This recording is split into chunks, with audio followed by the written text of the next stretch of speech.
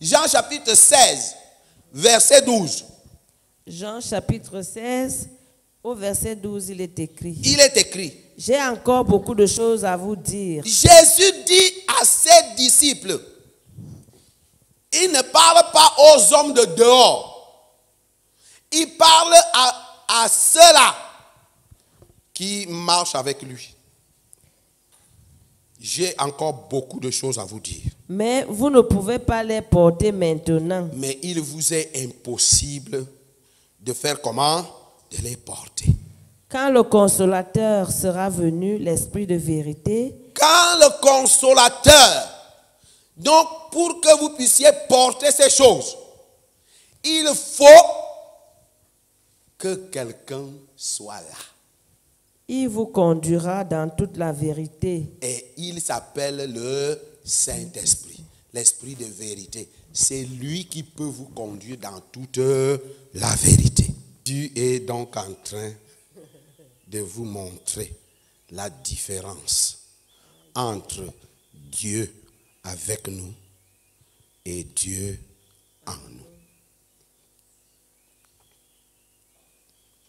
Dieu avec nous n'est pas la vie chrétienne, c'est le christianisme. Dieu avec nous, c'est le christianisme. Dieu avec nous, c'est le christianisme. Mais Dieu en nous, c'est la vie chrétienne.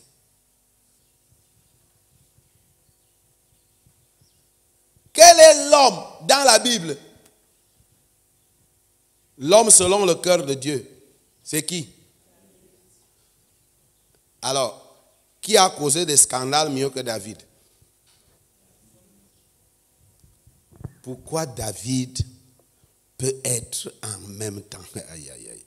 Si vous pouvez enlever vos cœurs dans les raisonnements, si vous pouvez vous séparer du raisonnement pour commencer à laisser que le Saint-Esprit vous enseigne, le scandale va disparaître. L'homme selon le cœur de Dieu. Dieu dit que j'ai trouvé l'homme selon mon cœur. Et qui fera quoi? Qui accomplira toutes mes volontés. Donc David est l'homme qui marche avec Dieu. Mais est-ce que le scandale a dit que je ne peux pas attaquer l'homme-ci parce qu'il est l'homme selon le cœur de Dieu? Non, moi scandale, je m'écarte. Vous avez entendu ça? C'est même là-bas que le scandale a élu domicile. Est-ce que vous savez que le problème des chrétiens, les chrétiens sont enseignés aujourd'hui pour qu'ils apprennent à vivre avec Dieu. Ils sont enseignés à vivre avec Dieu. C'est pourquoi ils veulent Dieu, ils veulent que le pasteur vienne dans leur maison. Ils veulent que le pasteur vienne régulièrement dans leur maison. Les gens veulent vivre avec Dieu. C'est pourquoi tu vois quand il n'a pas encore lu la Bible le matin, il est un peu troublé. Est-ce que vous savez que la chrétienté qu'on enseigne aux hommes aujourd'hui, on nous ramène dans l'Ancien Testament, où les gens doivent vivre avec Dieu.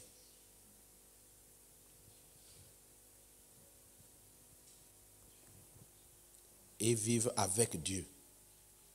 Mais il ne manque pas de scandale. Est-ce que nous pouvons commencer par accepter qu'il y a un autre niveau, une autre dimension que Dieu a prévu, que quand il aura fini d'être avec nous, il sera où? En nous. C'est ça le problème du chrétien. Quand Dieu finit d'être avec toi, Moi, je peux vous dire que j'ai expérimenté ça dans ma vie. Je parle souvent ça avec fierté. Dieu peut être avec toi. Tu fais des prodiges. Tu fais des exploits. Dites-moi, qui dans l'Ancien Testament n'était pas avec Dieu et faisait des exploits? David a fait des exploits. Salomon, Joseph. Joseph a bouleversé tout un peuple, l'Égypte. Dieu était avec lui. Jacob, Dieu était avec lui. Mais tous ces gens sont nombreux que vous pouvez voir. Vous allez lire les scandales dans la Bible. Et vous êtes étonnés. Et c'est pourquoi beaucoup de chrétiens marchent dans le scandale aujourd'hui. Ils croient que Dieu est avec eux. Ils croient que Dieu reste encore dans la dimension d'avec eux. Et c'est pourquoi quand on leur dit, de mener une certaine vie de sanctification, ils ont des difficultés parce qu'ils connaissent la différence entre le fait que Jésus-Christ est venu déjà vaincre le péché. Et Jésus n'avait pas encore vaincu le péché, donc ils ont de la peine à vivre sans péché. Ils luttent avec le péché. C'est-à-dire les chrétiens qui luttent avec le péché. Tout simplement parce que le mystère caché, c'est de Dieu. Vivre avec Dieu est différent de vivre Dieu en nous. Je vous en prie, ce que je vous dis là, asseyez-vous souvent, vous-même, seul, à deux, avec Dieu. Restez, faites une réunion à trois, toi-même, avec toi-même et Dieu. Si tu veux, tu invites Satan, il vient s'asseoir. Tu lui parles avec violence. Dieu avec nous ne peut pas nous délivrer des scandales. Parce que tout homme qui marche dans Dieu avec nous, il marche par la chair. Dieu était avec Israël. Combien de scandales Israël a commis? Dieu était avec eux. Dieu était avec David. Combien de scandales David a fait? Dieu était en train de pousser Israël. Dieu, lui, il est tout capable. Donc, parce qu'il a la capacité de faire l'impossible. Donc, il poussait Israël. Allons-y, les enfants. Allons-y. Dieu les poussait. Mais Dieu a vu que continuer à les pousser, les livre au scandale. Parce qu'ils sont même quelque part. Pendant que la main de Dieu est en train de pousser. Pendant que la main de Dieu est en train de pousser, ils croient que Dieu est distrait. Quelqu'un fignole là, il part d'abord faire un petit scandale, il vient encore s'aligner. Il est convaincu que Dieu ne me voit pas. Il dit si je continue à marcher avec les gens-ci, ils vont tous finir par faire des scandales partout. Il vaut mieux que je fasse comment? J'entre dedans. Et Dieu entre en nous. Il habite en nous. Quand je vois quelqu'un et que je trouve en lui trop de défauts, c'est que Dieu a encore du travail à faire dans ma vie.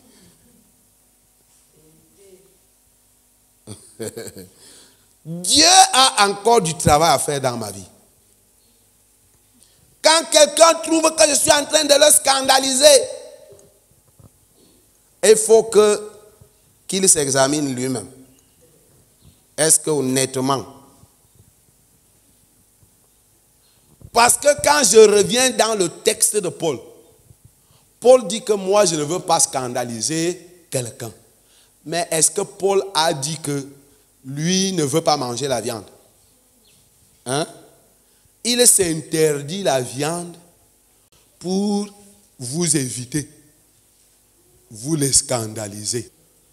Les scandalisés ne veulent pas entrer dans le mystère de l'esprit. Ils veulent demeurer des chrétiens superficiels. Je suis désolé.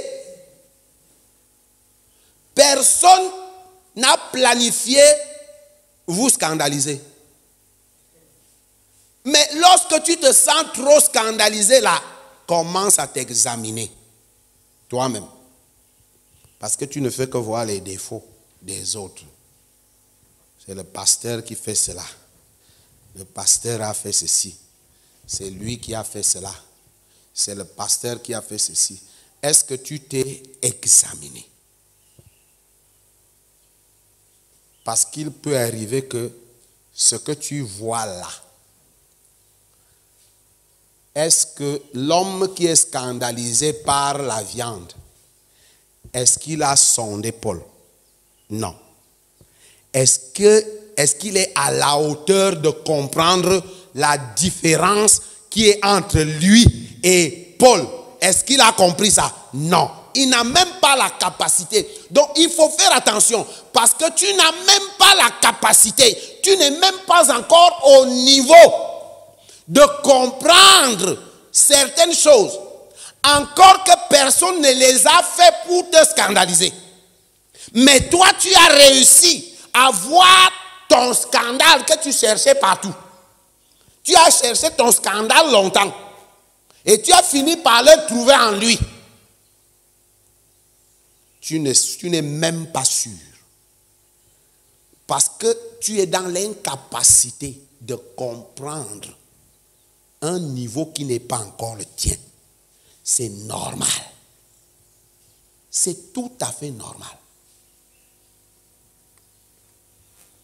Parce que si tout le monde marchait selon l'esprit, si nous tous, on est conduits, c'est pourquoi Paul dit, marchez selon l'esprit et vous n'accomplirez plus les désirs de la chair. Le même Saint-Esprit qui a marché avec Jésus sur la terre, il n'a pas varié. Jésus n'est pas parti avec la moitié des instruments du Saint-Esprit. Quand Jésus montait au ciel, il n'a pas vidé le Saint-Esprit pour lui dire que quand tu parles à moi, je ne suis plus là-bas sur la terre. Donc, va travailler doucement là-bas parce que moi, je suis déjà parti. Non. Le même Saint-Esprit qui a engendré Jésus dans le sein d'une femme, le même Saint-Esprit t'a engendré, mais pas plus dans le sein d'une femme, mais dans ton propre sein.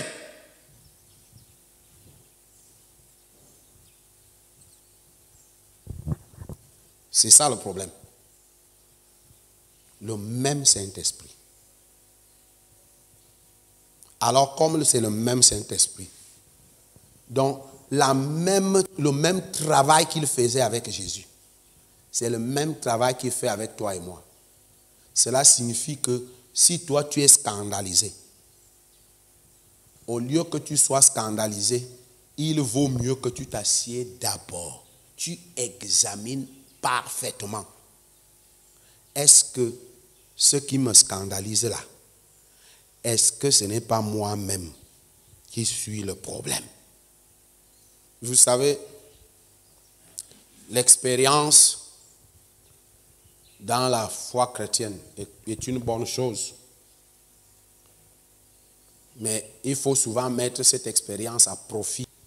Moi, je crois à l'œuvre du Saint-Esprit.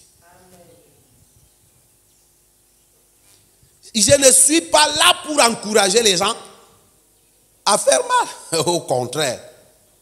Est-ce que toi-même, tu as d'abord vérifié si moi qui suis ton pasteur, je suis content de ton comportement? avant que toi tu te tournes vers le pasteur pour guetter. Le pasteur s'il marche même comment maintenant? Mais pourquoi il tourne comme ça? Le pasteur c'est bizarre ces jours-ci. Est-ce que tu t'es d'abord assis? Est-ce que tu t'es posé la question dans ta chambre? Comment est-ce que le pasteur qui m'enseigne, qui est mon enseignant, qui est mon formateur, qui est mon éducateur, comment me trouve-t-il? Moi, je ne vous le permets même pas, parce que je ne suis pas Dieu. Tu n'as pas besoin de vouloir vérifier comment le pasteur me voit. Assure-toi que tu as le plus grand spectateur de chaque acte, de chaque œuvre que tu poses, de chaque chose que tu dis de ta bouche, de tout ce que tu fais. Le premier spectateur qui regarde comme ça, c'est Dieu. Il constate comme la fourmi. Si la fourmi commence à marcher ici, je vais la voir. Pour la fourmi, là, c'est une longue distance pour arriver ici. Mais curieusement, moi, je vois déjà ça. Et je sais là où il vient là. Je peux même savoir que la fourmi qui est en train de venir là, s'il y a le lézard qui mange les fourmis est là, je peux déjà connaître le danger qui attend la fourmi ici. C'est comme ça que Dieu nous regarde. Donc il regarde notre marche. Il sait que ouais, il y a un trou là. Il dit au Saint-Esprit, le Saint-Esprit te dit, contourne, mais tu n'entends pas, tu marches. Contourne. Hein? Contourne. Hein? Et c'est comme ça que nous faisons avec lui. Et c'est beaucoup de choses, ce que je vous dis là. Parce que le Saint-Esprit peut lire ton raisonnement. Il peut lire tes pensées. Il lit ça comme tu lis le livre là. Et il dit, mais est-ce que tu ne comprends pas que ce que tu penses là n'est pas bon? Est-ce que tu ne comprends pas? Il te parle. C'est pourquoi la parole de Dieu dit, Dieu nous parle tantôt d'une manière, tantôt d'une autre. Mais nous n'y prenons pas garde. Dieu peut vouloir t'éviter même la maladie. Mais tu ne comprends pas. Mais lorsque la maladie va arriver, tu entres dans le jeûne et la prière. Alors que Dieu a voulu, lui, il a voulu t'éviter ça. La communion est le résultat de 3 éléments importants. Le premier élément, qui est le salut de l'âme. Le salut de l'âme de l'homme. Si ton âme est peut-être sauvée, mais il n'est pas véritablement sauvé, il y a problème. Jésus, lui, ne sauve pas à moitié. Mais l'âme de l'homme est l'homme lui-même. Est-ce que vous comprenez ce que je dis là? L'âme de l'homme est l'homme lui-même. Sa personnalité se trouve dans l'âme. Parce que c'est dans ton âme que tu penses. C'est dans ton âme qu'il y a la conscience. Donc tu es conscient de ce que tu es dans ton âme. C'est dans ton âme qu'il y a la volonté. Si tu décides d'aller manger, ça vient du fait que ton corps a besoin de nourriture et ton corps réclame. Et à partir de ce moment, ton âme te dit, le corps en a besoin. Et tu prends la décision. Personne ne viendra te tenir.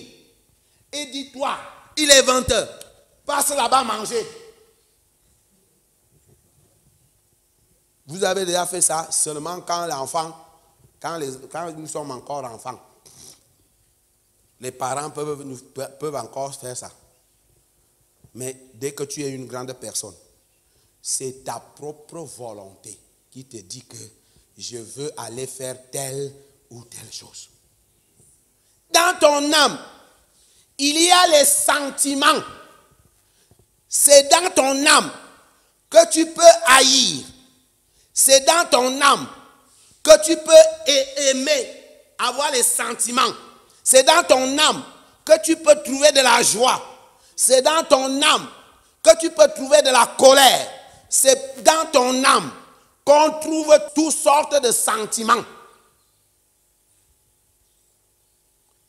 La fierté.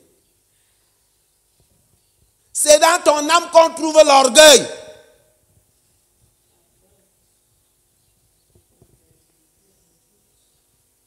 C'est dans ton âme qu'on trouve l'incrédulité, la peur. C'est dans ton âme qu'on trouve la désobéissance. C'est dans ton âme qu'on trouve aussi l'humilité. Ces choses sont dans ton âme, liées à tes sentiments. C'est le sentiment de repos, de paix. Alors, c'est dans ton âme qu'on trouve les émotions. Et ces émotions, si tu ne les contrôles pas,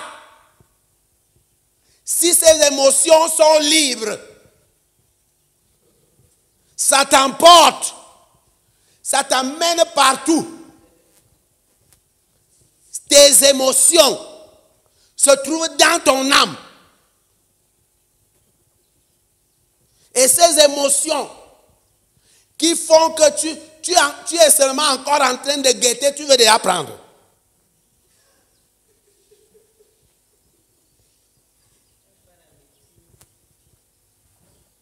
C'est dans ton âme qu'on trouve ces sentiments-là. C'est dans ton âme qu'on trouve l'intelligence. L'intelligence de savoir faire quelque chose. L'intelligence de découvrir ce qui est caché. C'est dans ton âme que l'on constate donc que tu peux d'abord s'assurer que je suis véritablement sauvé. La vie chrétienne, le salut de l'âme est le salut qui va donc faire en sorte que tous les sens de l'âme, les 6 sens de l'âme, quels sont la conscience, la volonté, les sentiments, l'intelligence, les émotions, que les 6 sens-là, ces sens sont sauvés. Cela veut dire que c'est sauvé. Le Saint-Esprit, qui est le fleuve d'eau vive, vient habiter dans ton esprit et alimente l'intelligence. Il renouvelle ton intelligence. Tu commences à comprendre la révélation à partir du renouvellement. C'est pourquoi Paul dit dans Romains 12, il dit soyez comment? Transformés. Parce que le renouvellement de l'intelligence, la connaissance de la révélation te transforme. Ça transforme l'homme dans la partie physique, naturelle. Dans ton âme, l'intelligence renouvelée te donne maintenant la puissance de la connaissance. Parce que c'est pourquoi Jésus dit, vous connaîtrez la vérité et la vérité va vous affranchir. C'est la connaissance qui fait en sorte que ton âme ne s'agite plus. Ta volonté est déjà sous contrôle. C'est ça le premier élément, le salut. Qui va faire en sorte que tes émotions ne s'agitent pas? Qui va faire en sorte? C'est le Saint-Esprit. C'est pourquoi on dit la maîtrise de soi est quoi? Le fruit de l'esprit. C'est le Saint-Esprit qui traite tes émotions. Il traite, il malaxe, il tourne. Tu es en souffrance. Après un moment, tes émotions sont déjà équilibrées. Quand on attend que tu vas te lever, on te dit oui, bonjour. Qu'est-ce qui s'est passé? Le Saint-Esprit a terminé. Il a terminé. Les sentiments, le Saint-Esprit a fini avec ça. Tu n'es plus agité que dès que tu vois, tu veux déjà mourir. Non. Celui qui est déjà sous le contrôle du Saint-Esprit, il voit dans l'église. Elle vient avec la robe ci. Elle change de robe. Elle met les autres chaussures. Il est calme. Jusqu'à ce qu'il appelle. De temps en temps, je vois là. Bon, ok. On va prier ensemble. Personne ne saura même. Pendant beaucoup de temps, ils sont en train de prier. En train de prier. En train de prier. En train de prier. Jusqu'à ce que le Saint-Esprit vienne et dit non, mon enfant, c'est pas là. C'est là-bas. Ça se calme là, sans bruit. Les sentiments sont contrôlés par le Saint-Esprit. Le Saint-Esprit a fini avec l'autre là. Sans bruit. Lorsque le Saint-Esprit travaille ta conscience, ton identité est révélée à chaque fois que tu es devant un obstacle. Tu révèles, tu te souviens de ton identité. Je suis fils de Dieu. Je n'ai pas besoin d'avoir peur de cette situation. Je suis fils de Dieu. Et la parole me dit que Dieu habite en moi. Saint-Esprit, merci. Parce que cette situation-ci, elle est là parce que tu exerces mes mains au combat. Tu es calme. Tu es conscient. L'âme sauvée. Et les fruits de l'âme sauvée dans cette communion, c'est que tu sais déjà écouter. Quand le Saint-Esprit te dit, calme-toi, tu te calmes. Quand le Saint-Esprit te dit, la vie que tu mènes ne peut que te conduire à l'échec, tu t'arrêtes, tu dis, l'échec n'est pas mon partage. Seigneur, qu'est-ce que je dois faire? Le Saint-Esprit te dit, passe à gauche.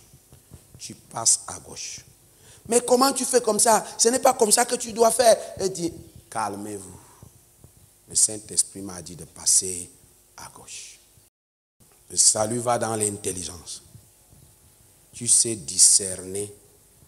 La Bible dit que soyez transformés par le renouvellement de l'intelligence. Afin que vous fassiez quoi? Vous discerniez.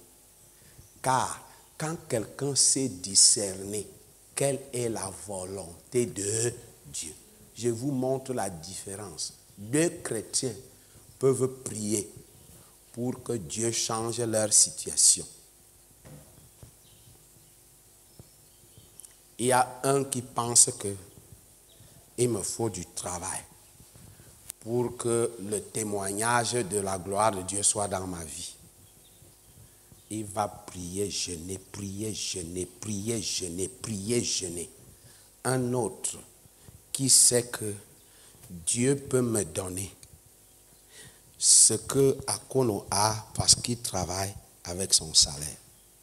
Dieu, lui, il me donne ça sans travail. Cela veut dire que Dieu est en moi. Ce témoignage est le témoignage d'un homme véritablement sauvé. Et il va prendre conscience de ça. Il ne s'agite plus jamais. Pourquoi? Parce qu'il sait que beaucoup de projets sont dans le cœur de l'homme. Mais c'est le dessein de l'Éternel qui s'accomplit. Et Dieu peut décider que sans que tu aies un poste de travail, les femmes de ce quartier viennent prêter de l'argent chez toi. Qu'est-ce qui s'est réellement passé? C'est ça qu'on appelle la gloire de Dieu. Le vrai salut, mes enfants, le vrai salut n'est pas dans les actes, les choses que vous voyez. Le vrai salut se trouve où? Dans la gloire de Dieu. Et ton âme connaît déjà ça. C'est pourquoi David pouvait parler à son âme. David pouvait dire à son âme, mon âme, bénis l'Éternel et n'oublie jamais ses bienfaits. Est-ce que vous pouvez vous imaginer que David est oint? Il est déjà oint par Samuel comme roi d'Israël. Mais David va encore rentrer servir les gens. David a continué après que l'onction a fini dans la maison de son père. Le deuxième élément qui contribue dans l'aboutissement d'une véritable vie de communion. Le deuxième élément, c'est un esprit recréé par Dieu lui-même. Tu vas voir dans Jean chapitre 3, partie du verset 2.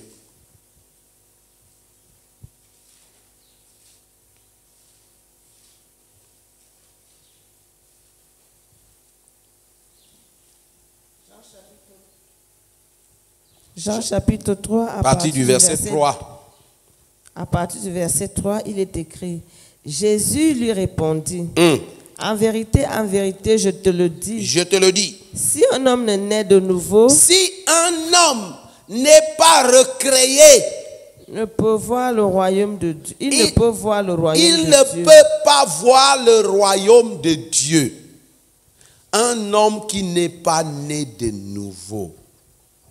Le deuxième élément, très indispensable, incontournable, c'est que l'homme doit être né de nouveau, être recréé. Et qui est-ce qui engendre, qui est-ce qui fait naître de nouveau? C'est le Saint-Esprit. Le salut de l'âme se fait à Golgotha. L'âme est ta personnalité. Et Jésus paye le prix à Golgotha pour que ton âme soit sauvée. La nouvelle naissance ne se fait pas dans ton âme. Non. La nouvelle naissance se fait dans l'esprit. Parce que la Bible dit, l'âme qui a péché doit faire comment? Alors, il faut que tu meurs. Il faut que tu meurs. Ici, là, ce n'est pas encore la nouvelle naissance. La nouvelle naissance intervient donc où? Lorsque Jésus te sauve de la mort. En voyant l'œuvre de Christ sur la croix, nous savons que Jésus nous a d'abord sauvés. Il nous a sauvés au niveau de l'âme. Il est mort en payant le prix que toi, tu devais payer pour que ton âme soit sauvée. Jésus l'a payé. Maintenant, tu es déjà sauvé. Tu peux rester comme ça. Tu es sauvé, mais tu n'es pas à l'image de Dieu. Parce que tu ne peux qu'être à l'image de Dieu en esprit. L'homme, Dieu n'a pas ce corps que tu portes. Dieu n'a pas les mêmes sentiments que toi. Alors comment tu vas être à son image? Sauf lui, il vient s'incarner comme Jésus s'est incarné. Mais Jésus s'est incarné pour un but. Et c'est pourquoi il a dit, tu m'as formé un corps. Ce corps était pour sauver ton corps. C'était ton âme, je veux dire, pour sauver ton âme. Maintenant, la nouvelle naissance, c'est strictement esprit. C'est-à-dire que Dieu recrée un esprit divin appelé Akono et qu'il établit en toi. L'esprit et l'âme. Dans l'esprit, le Saint-Esprit qui est venu engendrer, accoucher cet esprit en toi, lui-même habite dedans. Et c'est lui qui est Dieu le Père, c'est lui qui est Dieu le Fils dedans.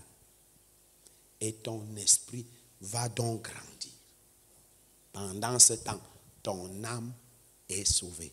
Mais il arrive que, bien que sauvée, il faudrait travailler.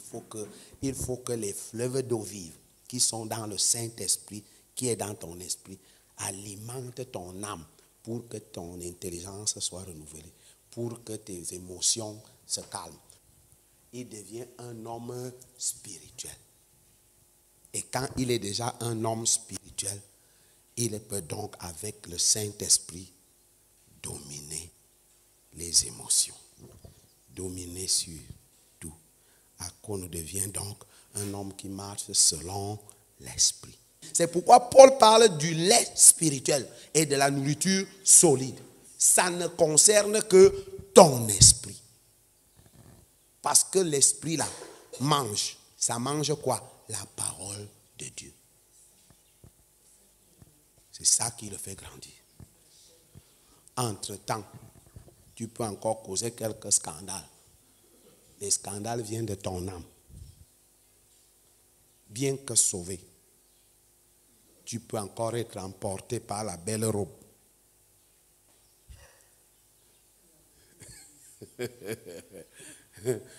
Tu peux encore être emporté par les cheveux. Ça, c'est la limite qui est uniquement au niveau de l'âme. Mais il peut donc arriver que si le processus de la nouvelle naissance n'est pas vrai,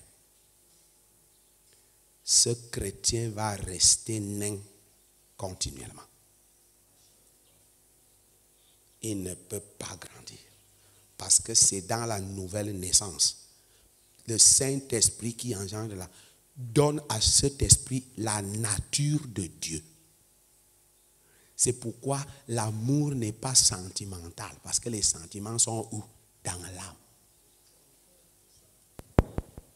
L'amour divin n'est pas sentimental. C'est le Saint-Esprit et ton esprit qui aiment. Et là, ça devient vrai.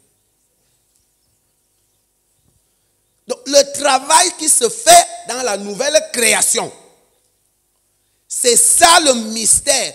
C'est pourquoi on dit le plus grand mystère dans la vie d'un homme, c'est la nouvelle naissance. Donc, ce n'est pas le problème de baptême seulement. Qu'il faut déjà qu'on me baptise, il faut déjà qu'on me baptise. Ce n'est pas seulement ça. Il y a a du travail que le Saint-Esprit va venir faire. Ce message vous a été proposé par le Centre évangélique de louange et d'adoration. Vous souhaitez contacter l'homme de Dieu, le pasteur 11, appelez le secrétariat au 694 14 86 36. Soyez richement bénis en Jésus-Christ.